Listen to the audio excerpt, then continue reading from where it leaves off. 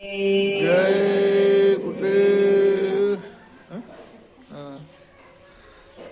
त्वमेव माता च पिता त्वमेव, त्वमेव बन्धुश्च सखा त्वमेव, त्वमेव विद्या द्रविणं त्वमेव, त्वमेव सर्वं मम देव देवा। जय गुरुदेव।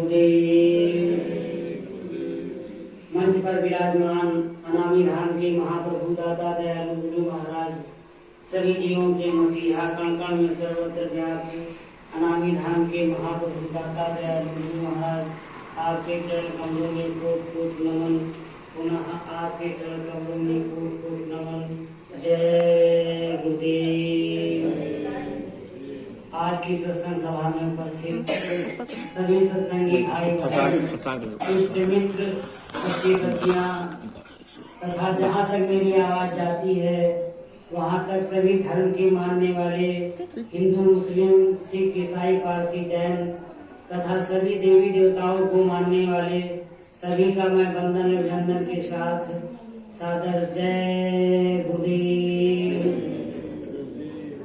तथा एक निवेदन है सभी से, जहाँ तक मेरी आवाज जाती है, आपने कई बार कथा सुनी, भागवत सुनी, पुराण बाइबल सब ग्रंथ पढ़ डाले, परंतु सत्संग कभी आपने सुना?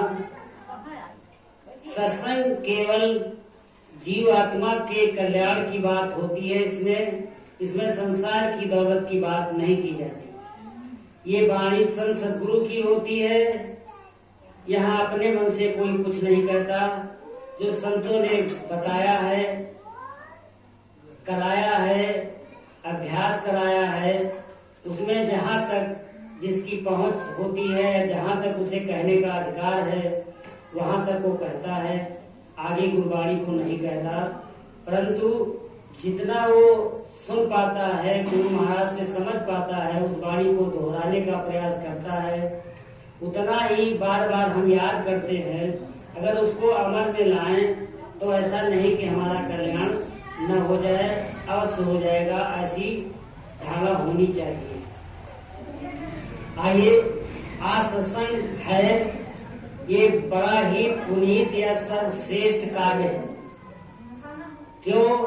अगर रामचरितमानस आप पढ़ते हैं, सुना है, तो सुन लीजिए उसमें क्या लिखा है कि बड़े भाग्य पाइए सत्संगा, बिनहि प्रयास होए भवभंगा।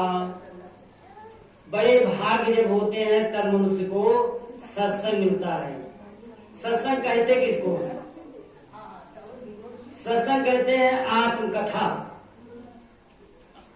आत्मकथा का मतलब है जीव आत्मा की कथा, शरीर की कथा नहीं, संसार की कथा नहीं, वेद पुराण की कथा नहीं। ये केवल सत्संग जो है ये जीव आत्मा की कथा है। जीव आत्मा की कथा में 5 बातें स्वामी जी ने बताई है। उसको हम लोग ध्यान से विचार करें और अमल करें तो देखिए कितना आनंद उसमें है। पहली बात स्वामी जी ने बताई कि तुम्हारी जीव आत्मा कहाँ से आई है। दूसरी बात बताई कैसे आई है।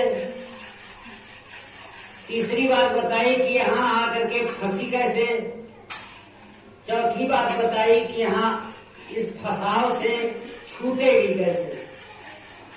5वीं बात बताई कि अपने धाम जाएगी कैसे। 5 बातों का स्वामी जी ने विस्तार पूर्वक हर बात सत्संग में बताया है। परंतु क्या हमने सुना? अवश्य सुना, परंतु ठीक से जिन लोगों ने समझा, ठीक से किया, उनको गुरु की दौलत मिली। जो लोग लापरवाही की, ठीक से सुना नहीं, समझा नहीं और फिर ठीक से किया नहीं, जब तक ठीक से करते नहीं तब तक फायदा नहीं होता। अब देखिए है क्या, ये सबको मालूम है जीवात्मा नामी धाम से महाप्रभु की है। उनकी मौज हुई,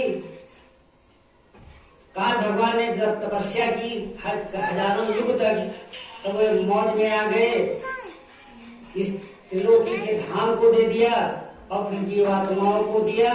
तो जीवात्मा स्वामी जी ने स्वयं समझाया है कि जब मैंने जीवात्मा को दे दिया उनकी तपस्या के कारण, तो पहले अनामी धाम से अगम लोक आई, अगम से अलग लोक आई, अलग से सत्पुरुष के पास आई।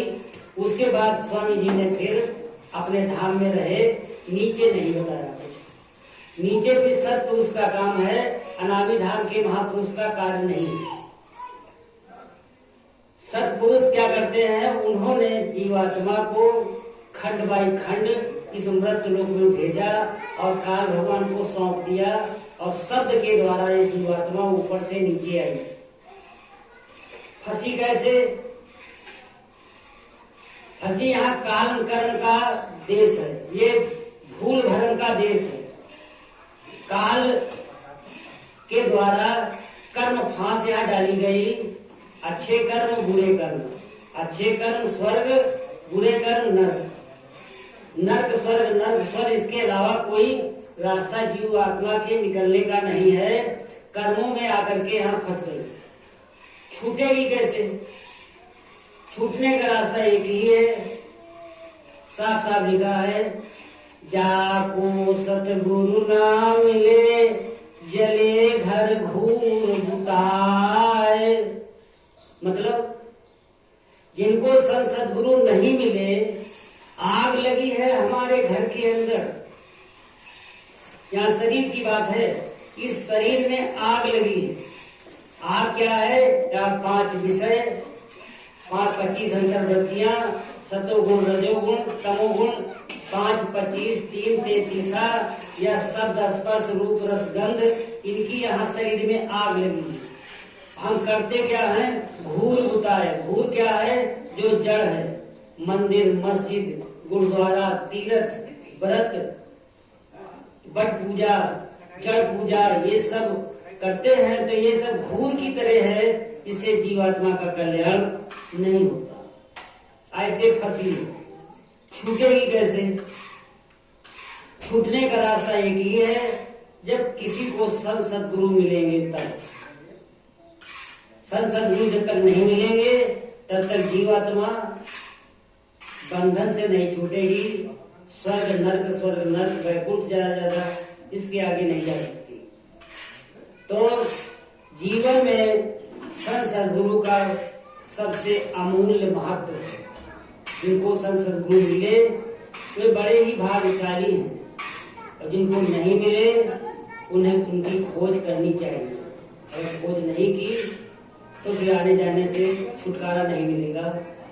जाएगी कैसे?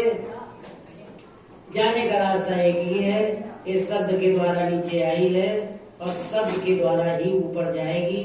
और स्वामी जी ने बताया है कि शब्द तुम्हारे अंदर आ रहा है, मगर छठे चक्र के ऊपर है।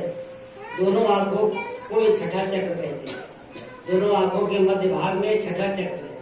5 चक्र नीचे है, 8 चक्र ऊपर है। तो विचार करें, छठे चक्र के ऊपर शब्द आता है, इसके नीचे नहीं आता। नीचे संसार है, इसलिए संसार में नहीं आता। स्वामी जी ने बताया है कि बच्चा सुमिरन ध्यान भजन में बैठिए, आंख कान नाक बंद कर लीजिए। पहले आंख बंद करिए, आंख बंद करके छठे चक्र के ऊपर अपना ध्यान लगाइए। सुमिरन भी करते हैं, तो सुमिरन के लिए हमें जीव आत्मा को जोड़ करके करना होगा। अरे जीव आत्मा की जबान से, जीवात्मा की जबान तो हिलती तो है नहीं, वो तो शब्द रूप है।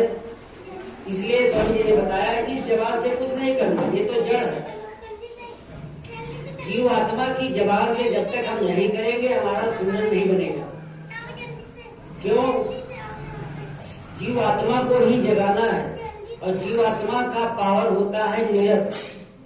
जब हम अपने साधन पे बैठे तो मन बुद्धि चित्त तीन को रोक करके दोनों आंखों के मध्य भाग में जब अंदर की तरफ बहुत ध्यान लगाएंगे तब निरत मिलती है। जब क्या कहते हैं मन बुद्धि चित्त ये तीन इस घाट पे जब रुक जाएंगे तब निरत का पावर लगता है। वो जीवात्मा का पावर है। जीवात्मा की जबान से यानी जबान ये नहीं हिलनी चाहिए जड़ वाली। जीवात्मा के पावर को निरत को जोड़ करके जब हम सुमिरन करेंगे तब हमारा काम बनेगा। इसी प्रकार ध्यान में भी है। जीवात्मा की आंख, इस आंख से कोई मतलब है ही नहीं। आंखें बंद करें, आंखें बंद करके अपना पूरा मन बुद्धि चित्त दोनों आंखों के ऊपर कोशिश करें ले जाने के लिए। स्वामी जी ने ऐसा बताया है। और जब जीवात्मा का पावर निरत मिल जाएगी तो हमारा ध्यान गुरु की तरफ लग जाएगा। और धीरे धीरे स्वामी जी ने कहा रोज रोज जब करते रहोगे तो एक दिन गुरु प्रकट हो जाएंगे अंदर। लोग कहते हैं कि गुरु महाराज के दर्शन नहीं होते। दर्शन एक बार नहीं 1000 बार करोड़ों बार आप कर सकते हैं। प्रत्येक दिन हर क्षण वो हर समय मौजूद रहते हैं। परंतु इस समय संसार में जो रूप धर के आए थे, जो हम लोगों ने देखा, वो रूप जो है इस समय हमारे आंखों से ओझल है। वो कहाँ है, क्या कर रहे हैं, वो उनका काम है। परंतु एक सद रूपी जो रूप स्वामी जी का है वो हमारे दोनों आंखों के मध्य भाग से ऊपर अब भी है, हर समय है, हर क्षण रहता है। वहां से जीवात्मा की संभाल वो करते रहते हैं। अगर एक क्षण छोड़ दे तो हम कुछ नहीं कर सकते। तो ये साधना का राज बड़ा ही आसान है। जब तक हम समझ नहीं देंगे तब तक कठिन है। तो हमें करना क्या है, दोनों आंखों को बंद करके अपने मन बुद्धि चित्त को रोक करके गुरु महाराज के रूप और स्वरूप को, यही साथ साथ बताया गया है, गुरु का ध्यान कर प्यारे। ध्यान किसका करना है? गुरु का।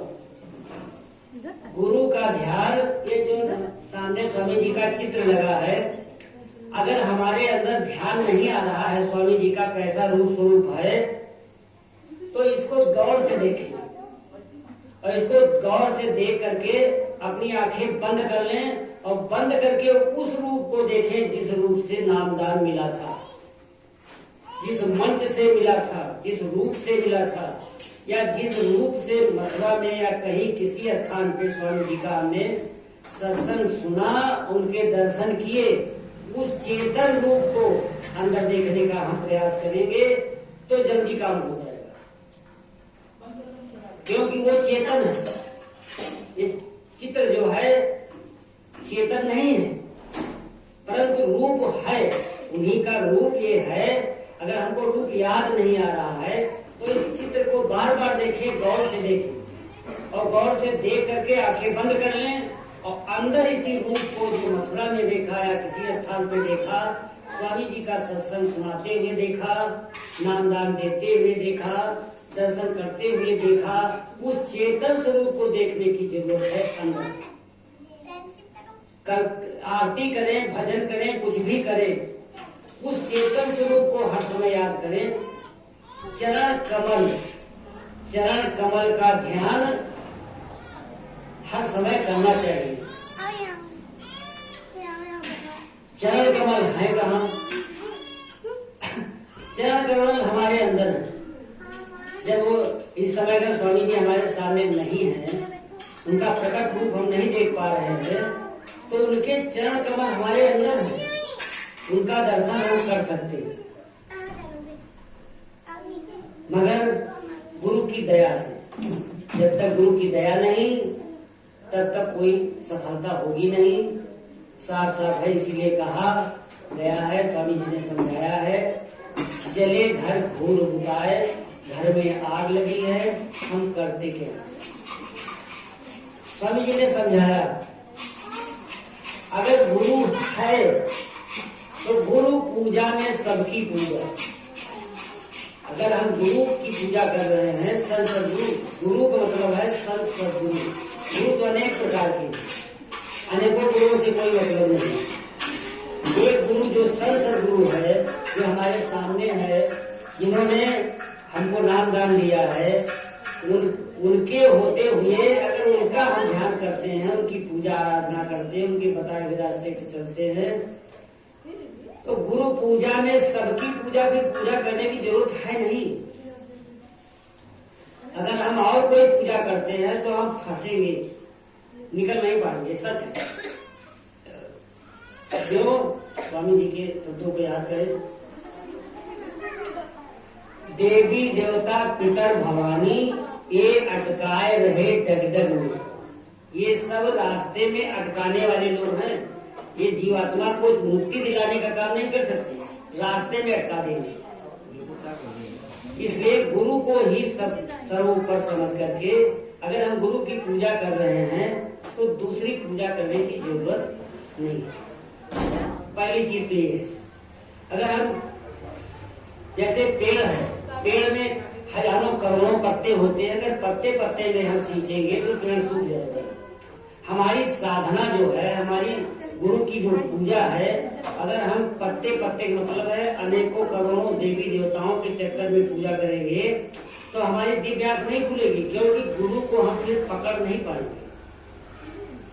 इसलिए अगर किसी को साधना करनी है, अगर अपने घर चलना है, चलना सबको है, तो एक बार गुरु जी की अवश्य मान लीजिए, जले घर घूर बुताए। घर में आग लगी है, घूर बुताने से सफलता नहीं मिलेगी, चाहे जिंदगी भर करते रहे, कुछ नहीं मिलेगा। क्यों? एक साधे सब सधे, सब साधे सब जय।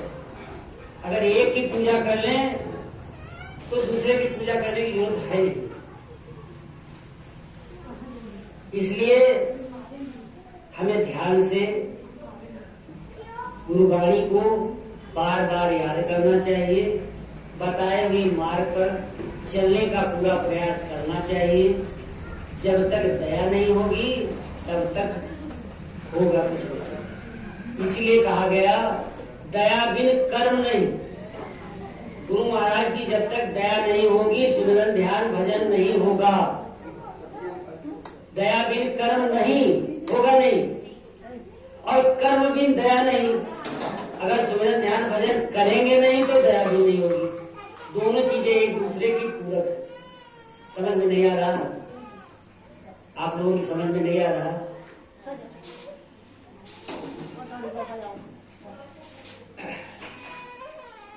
देखिए, साधना का मार्ग कठिन तो है, समझना कठिन है, मगर अभ्यास में करेंगे तो आसान सबसे ज्यादा है। करना आपको कुछ है ही नहीं, सब कुछ तो गुरु महाराज करेंगे, हमको आपको करने क्या है? स्वामी जी ने कहा तुम कुछ नहीं कर सकते, भजन तो कर नहीं सकते, क्यों? घाट पे बैठ तो सकते हो। हमारा काम है घाट पे बैठने का। घाट कौन है? दोनों आंखों के मध्य भाग में स्वामी जी ने बताते हैं। घाट पे बैठिए, गुरु को याद करिए। स्वामी जी ने बताया कि बच्चा, अगर सुमिरन ध्यान भजन किसी में मन नहीं लग रहा तो वो बैठ करके वो भी भजन में जुड़ जाएगा। अरे हमारी रुलाई भजन में जुड़ेगी, इतनी दया कौन करने वाला है? साफ साफ कहा गया, जिन रोया तिन पाइया, गहरे पानी पैठ, हाँ बड़ी बूरन रही किनारे बैठ। बगैर रोए ये घाट खुलेगा नहीं, चाहे कितना ही कोई प्रयास करे। और ये रोना कोई बड़ी भारी बात नहीं है। बात ये है कि गुरु से अनुराग तो हो जाए। हम तो अभी राग में फंसे, अनुराग है ही नहीं। अगर गुरु से अनुराग हो जाए, अनुराग किसे कहते हैं? अनुराग उसे कहते हैं जब संसार के सारे राग खत्म हो जाए। संसार के सारे राग खत्म हो जाए। राग क्या है? शब्द, स्पर्श, रूप, रस, गंध, ये 5 विषय है, ये राग है। जैसे आंख एक राग पैदा करती है, कान एक राग पैदा करता है, नाक एक राग पैदा करती है, जबान जो है वो राग पैदा करती है। इसी प्रकार से त्वचा खाल जो है ये राग पैदा करती है। ये 5 प्रकार के राग जब तक रहेंगे तब तक मन फंसा रहता है, और ये छूटना गुरु की दया के बगैर हो नहीं सकता। इसलिए हमें अनुरागी बनने की जरूरत है। ध्यान से विचार करें, अनुरागी एकाएक कोई नहीं हो सकता। सीढ़ी है चढ़ने की। कैसे? जाने बिन न होए प्रतीति। जब तक सदगुरु को जानेंगे नहीं तब तक प्रेम नहीं होगा। जाने, प्रतीत माने विश्वास। जब तक गुरु महाराज को जानेंगे नहीं तब तक विश्वास नहीं होगा, और जब तक विश्वास नहीं होगा तब तक प्रेम नहीं होगा।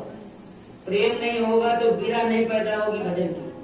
पीड़ा नहीं पैदा होगी तो तड़प नहीं पैदा होगी। तड़प के साथ जब भजन करेंगे, यानी बगैर, जैसे मछली पानी से निकाल के डाल जाती है तो तड़पती है, ऐसे हमारे अंदर जब तड़प पैदा हो जाए भजन की, तब अनुराग पैदा होगा। जब भजन के तड़प पैदा हो जाएगी तब अनुराग पैदा होगा। तो जब अनुराग पैदा हो जाएगा तो सारे काम खत्म हो जाएंगे, गुरु से बदल जाएगी, काम शुरू। तो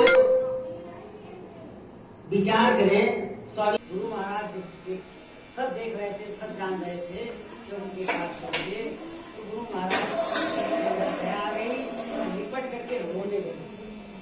गुड्डा से लिपट करके रोने लगे। तो देखने वाले कहते हैं गुड्डा साहब को आज यानी साहब को क्या हो गया, इस पैसा के गले लिपट करके रो रहे। बाद में फिर सुना तो गुरु महाराज ने कहा, बच्चा जितना 12 साल में तुम नहीं रोए उससे ज्यादा हम रोए। 12 साल तक तुम रोते तुम्हारे लिए। गुरु महाराज ने क्या नहीं किया हम लोगों के लिए, सब लोग जानते हैं कि चर्चा करने। तो गुरु की दौलत पाने के लिए हमें त्यागरत हो जाए, कुछ नहीं करेंगे, मिट्टी के खिलौने फंसे रहेंगे, और दौलत चाहते हैं रानी नाथ की कहाँ मिलेगी, ऐसे क्यों ले जाएगा। स्वामी जी ने परमार्थी वेदन संग्रह में पहले पेज में लिखा है, बच्चा अगर साधन भजन करना है, साधक के अंदर एक 6 गुण होने चाहिए। क्या? पहला, उसके अंदर मान सम्मान न रहे। अगर मान सम्मान की भूख है तो भजन नहीं। दूसरा है, उसके अंदर क्रोध नहीं होना चाहिए, लोभ लालच नहीं होना चाहिए, और सत्संग संगत की सेवा करता हो तन से। तन मन धन, स्वामी जी ने 3 चीजें मांगी है, बच्चा अपना तन मन धन हमको दे दो, बाकी सब तुम्हारे पास जो है। जब हम तन गुरु को दे देंगे तो भजन करेंगे, मन दे देंगे तो मन उसको रोकने का काम उनका है, और धन जो हमारा है जिसको हमने अपना समझ लिया है, यही सबसे बड़ी भूल है। क्या है? मेरा मुझ में कुछ नहीं, कुछ हमारे पास है, मेरा कुछ है ही नहीं। मेरा मुझ में कुछ नहीं, जो कुछ है सब तोर, कुछ है तुम्हारा है, और तेरा तुझको सौंपता क्या लागत है मोर। हमारा उसमें है ही क्या? हमने तुम्हारी दी दौलत तुम्हें को वापस देना मेरा है क्या? आज हम अपने को खत्म करके देखिए, क्या हम गुरु की संगत में या गुरु के कार्यों में कुछ कर रहे हैं, कुछ दे रहे हैं? साफ साफ लिखा है, पानी बाढ़े नाव में, घर में बाढ़े दाम, दोनों हाथ लीजिए यही सयानों काम। अगर नाव में पानी बढ़े, अगर बाहर में फेंका गया नाव डूब जाएगा, है ना। अगर घर में दाम बढ़ रहा है, अगर उसको, अगर गुरु का शिष्य है और वो कार्यों में, गुरु के कार्यों में नहीं लगाता, संगत में नहीं लगाता, सेवा में नहीं लगाता, तो धन उसे डिबो देगा। लेकिन नाव डूब जाती है वो उसे डिबो देगा। ऐसा संत मत है, क्योंकि धन का अहंकार सबसे खराब है। आप देख लीजिए, किसी को समाज में देख लीजिए, टाटा बिरला बिरला बड़े बड़े पूंजीपति हैं, क्या वो भजन कर रहे हैं? भजन करने वाले को गरीबी चाहिए, गरीबी उसके पास हो ही नहीं सकती, पहले से महाराज गरीबी हो ही नहीं सकती, क्योंकि वो गुरु जो है वो सब कुछ देख रहे हैं, वो सब कुछ दे देते। गुरु महाराज ने कहा बच्चा 1 रुपया दोगे तो 10 रुपया देंगे, 100 देंगे, 1000 मिलेगा, 10 गुना करके वो देते हैं।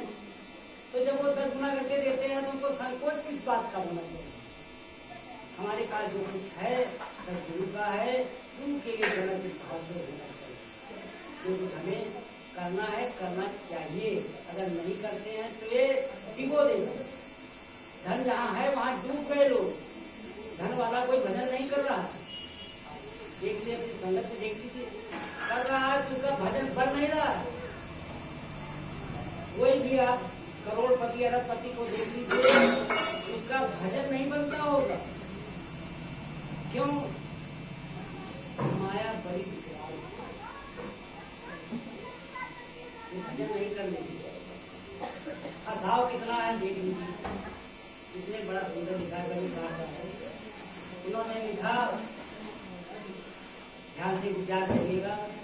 भूले लोग कहें घर मेरा, जो लोग भूल गए, जीवात्मा को भूल गए, शब्द को भूल गए, गुरु को भूल गए। जो लोग गुरु को भूल गए, शब्द को भूल गए, जीवात्मा को व्रत को भूल गए, तो भूले लोग कहें घर मेरा। जैसे शरीर है, इसको कहते हैं मेरा शरीर, मेरा कहाँ है? ये तो 3 लोग के मालिक का दिया हुआ है, मेरा कहाँ? अब शरीर के विषय में क्या कहा उन्होंने? भूले लोग कहें घर मेरा, या घर में जगरी, या घर में तू भूला डोले, सो घर नाही तेरा। भूले लोग कहें घर मेरा। हम कहते मेरा शरीर, मेरा घर, जहाँ तक मेरा है सब हटाओ, मेरा है ही नहीं कुछ, मेरा मुझ में कुछ नहीं, जो कुछ है सब तोड़, तेरा तुझको सौंपता क्या लागत है मोर। ये भाव जब होगा सभी बंधन छूटेगा। इसलिए कहा गया भूले लोग कहें घर मेरा, या घर में भूला डोले, तो घर नाही तेरा। भूले लोग कहें घर मेरा। इस घर में है क्या? इस घर में वही है 5, 25, 3 से 30, 3 के रंग तुलाई। ये मैं इसमें 5, 25 सब 10 स्पर्श रूप रस गंध, और इनकी 5 सहेलियां, और 3 सतोगुण, 2 गुण, तमोगुण, ये सब इसमें भरे हुए है।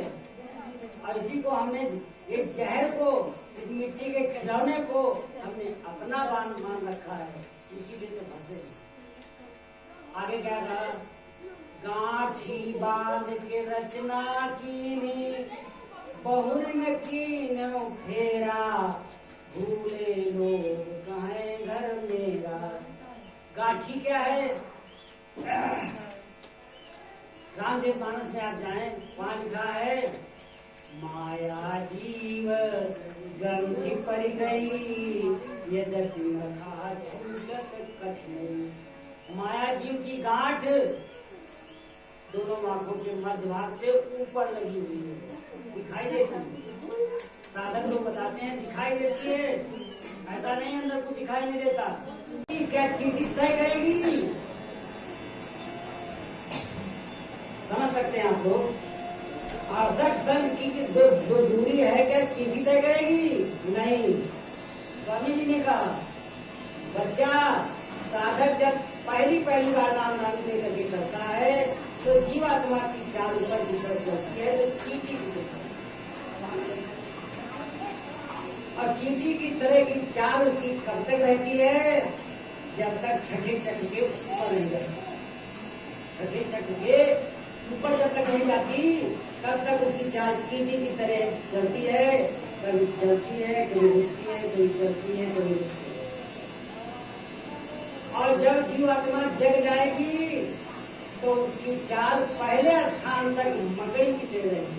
जैसे मकड़ी ऊपर से चारा छेद करके नीचे आ जाती है और जब ऊपर चढ़ती है तो उसी जाल के सारे जल्दी चढ़ाती है।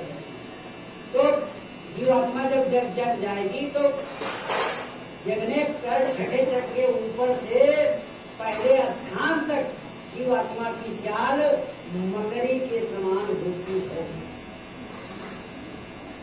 और पहले स्थान से दूसरे स्थान तक की चाल जीवात्मा की जो है मीन की होती है। मीन माने मछली की तरह। जैसे पानी ऊपर से गिर रहा तो मछली सर्फ कर जाती है।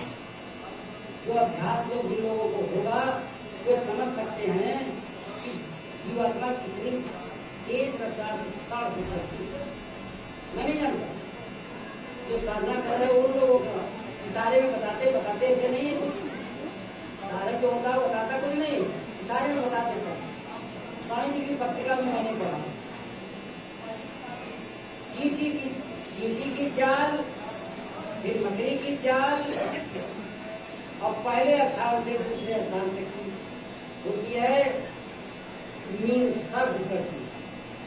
इसके आगे दूसरे स्थान से तीसरे स्थान तक का उसकी चाल हो जाती है विहंगम, पक्षी की वजह होती है, उड़ के चली जाती सर्व। इसके आगे बच्चा मैंने नाम का रॉकेट दे दिया है, रॉकेट जो आज तक संसार में न किसी ने बनाया है न बन सकता। उसकी इतनी रफ्तार है कि 1 सेकंड से भी कम समय में 68 सन की दूरी तय करेगी और लौट के आ जाएगी। बताइए इतना पावर हमारे आपके अंदर है। गुरु महाराज ने वो पावर दिया है हमको आपको। हम कहाँ हैं? विचार करें, हम है कहाँ? मिट्टी के खिलौने में। मिट्टी के खिलौने लेकर के वापस जा रहे हैं। क्या मिलेगा? अरे चलो मेरे रंग महल चली आओ, दिखाऊं तो जब गली।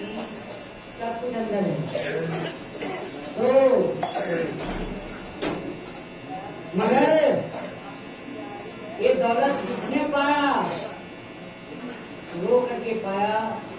जिन रोया तिन पाइया, गहरे पानी पैठ और गौरी पूरन डरी रही किनारे है। क्या मरने से जग डरे मेरे मनानंद, मरने से ही पाई पूर्ण परमानंद। ध्यान करिए, जीते जी मर जाएंगे जो पाते होंगे वो आनंदित हैं, इसी में बैठे होंगे तो इनका नहीं सकता। तो भाइयों बहनों सरे चलो रेडी सुधर बलिया से पूरा डेरा बाबर बहुत दूर चला है, रास्ता कठिन है, जल्दी चलो जल्दी। स्वामी जी कहते हैं बच्चा, स्वामी जी ने बार बार कहा बच्चा मेरे रहते भजन कर लो। जिन लोगों ने किया वो दौलत पा गए, मालूम हुए, मगर चिराग तरह लेला रहा। स्वामी जी बार बार कहा कहते हैं बच्चा चिराग तरह लेला होता है। जो चिराग के पास होता है वो अंधेरे में रहता है, दूर वाला प्रकाश पाता है। जैसे गाय का बछड़ा दूध बना है, दूध पीता है। स्वामी ने बार बार कहा खिलौनी ठंड में लगी रहती है।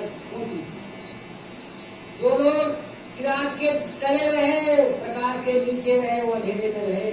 आपके पास उदाहरण है, कहने की जरूरत नहीं। जो दूर रह के साधना किया उन्होंने सब कुछ पाया। और जो स्वामी जी जब आश्रम मथुरा में थे उस समय की बात है, जब साधक मथुरा में रहते थे तो सेवा ले करके जब स्वामी जी समझ जाते थे कि ये साधना करने योग्य है तो आदेश कर देते थे बच्चा अब तुम आश्रम छोड़ के चले जाओ। एक हमको मिले कहाँ कहाँ पूरा कुछ भाई लोग जानते हैं उनको, अब तो है नहीं।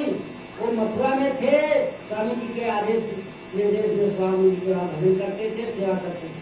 बहुत पुरानी बात है। उनको स्वामी जी ने आदेश कर दिया था, बच्चा आप तुम यहाँ से चले गए, तो चले गए, फिर आश्रम बनाया, वहाँ किया। जो लोग उनके पास पहुंचे उन लोगों ने समझा तो पाया। गुरु की दौलत है, इसीलिए रोज हम कहते हैं साध संग मोहि देव नित परम गुरु दातार। बगैर साध के गुरु की दौलत कैसे मिलेगी समझ में बहुत कम आता है। जब स्वामी जी यही तो बात को बार बार कहते रहे कि मेरे रहते जब तक मैं मथुरा में आऊं तब तक भजन कर लो, और बाद में यहाँ नाम नहीं मिलेगा। अब आगे की बात आप लोग जाने। तो उनके रहते, मगर वो आज भी हैं, उसी रूप में हैं। क्या है हमारे अंदर घटे ही ना खोजे मिले, हमारे अंदर हैं, बहुत दूर नहीं है, बहुत जल्दी मिलने वाले। ये घाट तो खोलो, जिसने घाट खोला, पहले घाट खुलते ही गुरु मिलता है। ये घाट जहाँ खुलेगा पहले गुरु ही मिलता है, और कोई मिलेगा नहीं, क्योंकि आगे जा ही नहीं सकता वो। स्वर्ग में जा ही नहीं सकता, स्वर्ग में इतनी माया है। साधक लोग बताते हैं कि वहाँ जीव जा ही नहीं सकता। स्वामी जी ने बार बार कहा, बच्चा तुम संसार की माया नहीं छोड़ पाए तो स्वर्ग बैकुंठ माया की माया कैसे छोड़ोगे? अरे भैया है छोड़े, हो गया।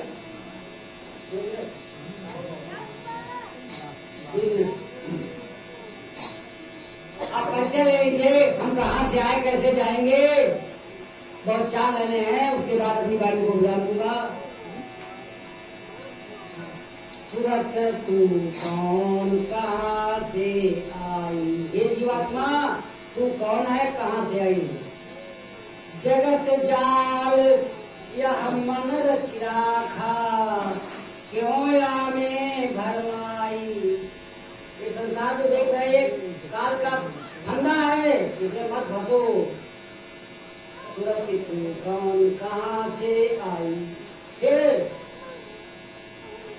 सतपुरुष अंश सतलोक वासी, फांसी काल लगाई। सतलोक की रहने वाली नामी नाम सतलोक है, सतलोक से आई और यहाँ आकर के काल भगवान ने फंसा दिया। चर्चा पीछे होगी कैसे। और फिर क्या कहा, पुरुष अंश सतलोक के वासी, फांसी काल लगाई। छूटेगी कैसे? सतगुरु दया, छूटेगी नहीं तो दया की, बगैर सतगुरु की दया की छूटेगी है नहीं, कोई रास्ते नहीं। सतगुरु दया साध की संगति, जब तक साध की संगत नहीं हम करेंगे जीव आत्मा अपने घर नहीं पहुंचा पाएंगे, चाहे मेरी से चोटी का जोर लगा। इतना फसाव है, इतनी व्याधियां हैं कि स्वर्ग में जाकर के हिला जाएगा। वहाँ इतनी विधियां सिद्धियां हैं कि सब जाकर डालेंगे। गुरु को या तो पकड़ो या तो साध को पकड़ो, कभी काम होगा, ऐसे होने वाला नहीं है। सतगुरु दया साध की संगति, उलट चलो घर पाई। हम तो नीचे जा रहे हैं, ऊपर कहाँ जा रहे हैं? दोनों आंखों के नीचे जितने सब है घाट, ये सब माया के हैं, फंसाने के हैं, बंधन के हैं, नर्क स्वर्ग जाने के हैं। इसके ऊपर का घाट, आनंद का घाट, वहाँ कोई जाना चाहेगा वही पहुंचेगा, कोई जबरदस्ती नहीं करती। या फिर क्या कहा,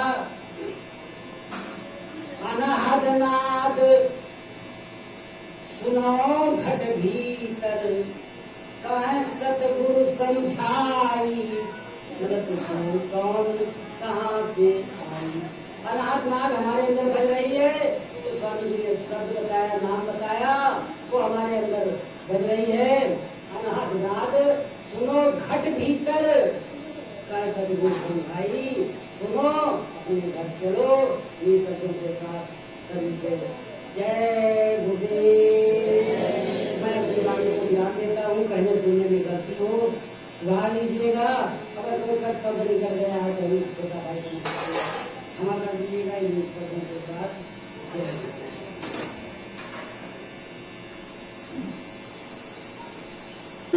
हम लोग आरती जब करते हैं तो उसके जाके साधु कहीं हुए थे, बैठो साधु से बहुत बड़ा साधक होता है। इसलिए मालिक से एक प्रार्थना हमको करना चाहिए, ये मालिक हमको हर वक्त हर क्षण साधु का साथ करवाते रहना, उनसे हमको इधर उधर न करते हुए उन्हीं से